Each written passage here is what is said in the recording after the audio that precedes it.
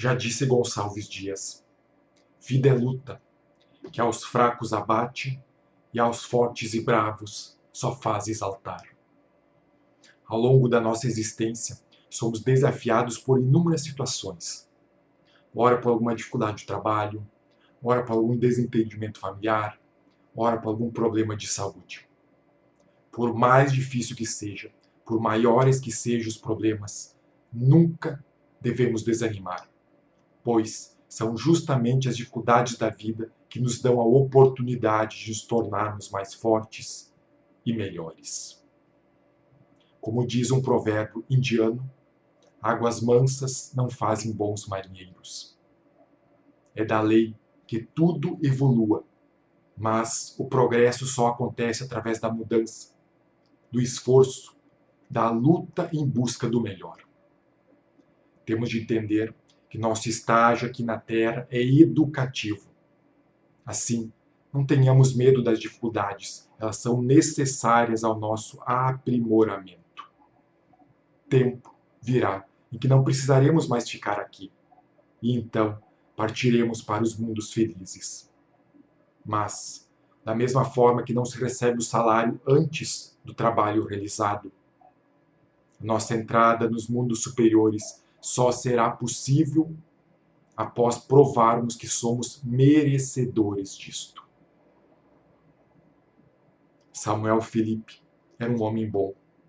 Ninguém se lembrava de tê-lo visto cometer uma ação má ou errar voluntariamente no que quer que fosse. Trabalhos, cansaços, sacrifícios, nada o impedia de ser útil.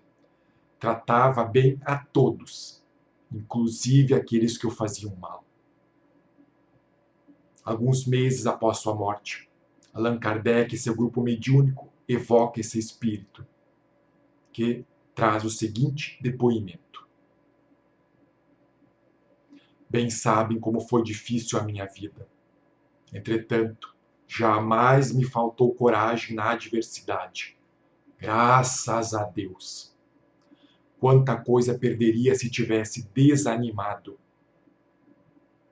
E ainda tremo ao pensar que tudo quanto sofri se anularia caso me entregasse ao desânimo e às reclamações, tendo de recomeçar novamente as provações. Acredite, alguns anos de sofrimento é um preço muito baixo a se pagar por esta felicidade. Ah, se soubesse o que são alguns anos comparados ao infinito.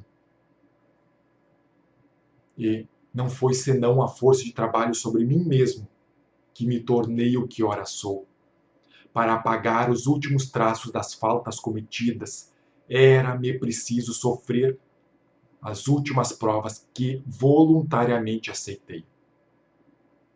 Foi na firmeza das minhas resignações, das minhas resoluções, que conquistei a resignação, a fim de sofrer sem reclamar. Hoje, abençoo essas provações, pois graças a elas liquidei o meu passado. Simples recordação agora que me permite contemplar com legítima alegria o caminho percorrido. Vocês que me fizeram sofrer na terra, que foram cruéis e maus comigo, que me humilharam, que me provocaram duras provações, não somente perdoo vocês, mas até agradeço. Tentando fazer mal, não suspeitaram do bem que este mal me proporcionaria. É verdade que a vocês devo uma grande parte desta felicidade que agora desfruto, pois vocês me deram a oportunidade de perdoar e pagar o mal com o bem. Foi Deus quem os colocou em meu caminho, para testar a minha paciência, exercitando-me na mais difícil das caridades, a de amar os inimigos. Eis o relato de um vencedor, que não se deixou abater pelas circunstâncias da vida, como ensinou Jesus, em Mateus capítulo 5, versículos 4, 6 e 10, onde diz: Bem-aventurados os que choram, pois serão consolados. Bem-aventurados os famintos, pois serão saciados. Bem-aventurados os que sofrem perseguição em meu nome, pois deles é o reino dos céus. Podemos interpretar essas palavras do Cristo assim: bem-aventurados os que têm a oportunidade de provar sua fé, sua firmeza, sua perseverança, sua submissão à vontade de Deus, pois a felicidade que falta na terra lhe será centuplicada ao final de sua prova. Imaginemos, por exemplo, um aluno que sacrifica os fins de semana, as horas de folga, a fim de estudar para as provas finais. Vejo que essa dedicação não será em vão quando ele for aprovado de ano. Igualmente, todo esforço empregado em domar as paixões, os vícios e melhorar-se tem seu valor, pois chegará o dia em que colheremos o resultado deste trabalho. É claro que não basta simplesmente passar pelas dificuldades para alcançarmos o céu. Todas as pessoas sentem dor, enfrentam inúmeros contratempos. É necessário aproveitar as oportunidades para melhorar-se e construir um mundo melhor. As reclamações, a fuga dos problemas, a falta de resignação diante das dificuldades sem solução, além de não resolverem nada, agravam ainda mais a situação. É como o bandido que se revolta por ter sido preso. Ora, ele nem pagou a pena do primeiro crime e já está acrescentando uma nova dívida ao se recusar a pagar pelos seus erros. Como afirmou Samuel Felipe em seu depoimento: tremo só de pensar que tudo quanto sofri se anularia caso me entregasse ao desânimo e às reclamações. Diante disto, alguém poderá perguntar: se bem-aventurados são os aflitos, então devo ir em busca de mais sofrimento? Podemos responder que há um grande mérito quando os sofrimentos e as privações têm por objetivo o bem do próximo. Mas quando a finalidade dos sofrimentos e das privações é somente por interesse próprio, neste caso não traz nenhum benefício. Assim, há mérito em suportar o frio e a fome para aquecer e alimentar alguém numa situação difícil. Há mérito em trocar as horas de descanso para ajudar algum necessitado. Mas é inútil se autoflagelar como fazem alguns fanáticos religiosos. Isso só danifica o corpo, colocando em risco o trabalho aqui na Terra. Portanto, devemos nos contentar com as provas que Deus nos envia, aceitando-as sem reclamação, mas enfrentando-as com fé. E se vermos alguém sofrendo, devemos deixá-lo nessa situação para que ele cumpra com os desígnios de Deus ou devemos ajudá-lo? Apesar deste planeta ainda ser um mundo de provas e expiação, é nossa obrigação agir com caridade. Caso contrário, a vida seria muito penosa. É só lembrarmos de uma situação difícil que passamos para ver como foi bom ter alguém naquele momento nos ajudando. Além do mais, talvez Deus tenha nos escolhido para auxiliar aquela pessoa e, consequentemente, colocar um fim nesse sofrimento. Às vezes, nas horas mais difíceis, nos momentos de grande sofrimento, a pessoa se revolta, renega a Deus e sua justiça. Mas, passada a aflição, verifica que este mal aparente era um bem. Reconhece que a dor tornou-a melhor, mais sensível ao sentimento dos outros, mais caridosa para com os desgraçados. Na verdade, a dor é a suprema purificação.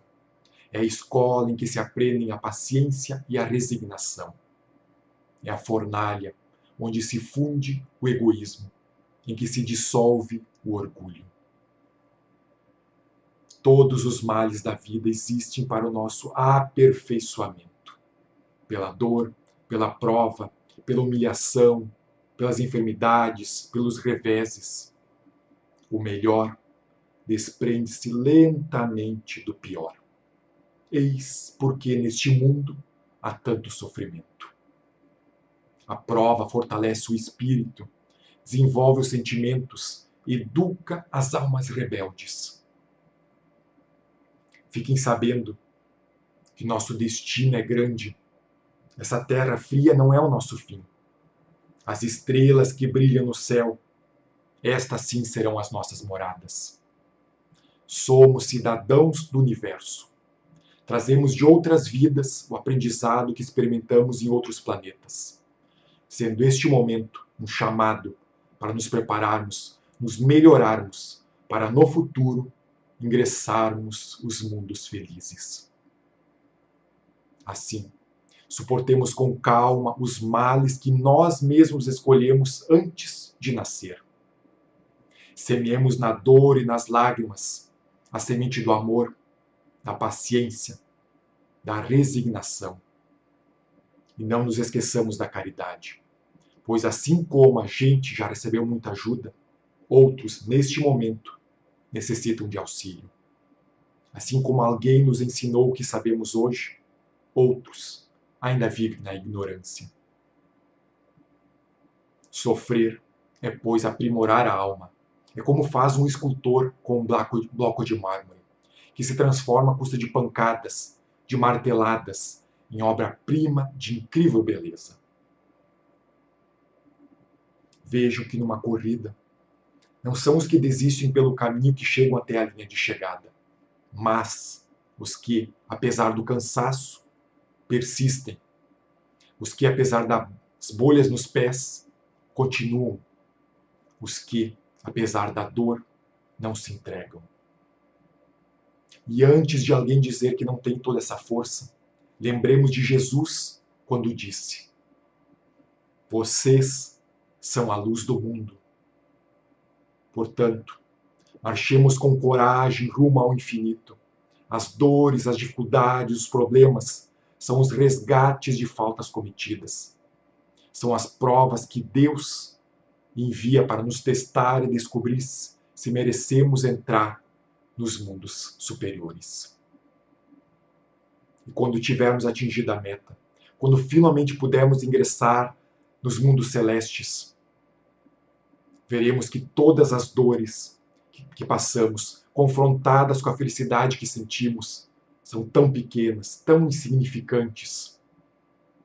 Então, agradeceremos pela dor que nos reabilitou perante o Criador. Abençoaremos cada lágrima que caiu de nossos olhos, pois foram elas que apagaram os nossos erros. Foram elas que nos tornaram uma pessoa melhor. Aí compreenderemos as palavras do Cristo. Bem-aventurados os que choram, pois serão consolados. Assim seja.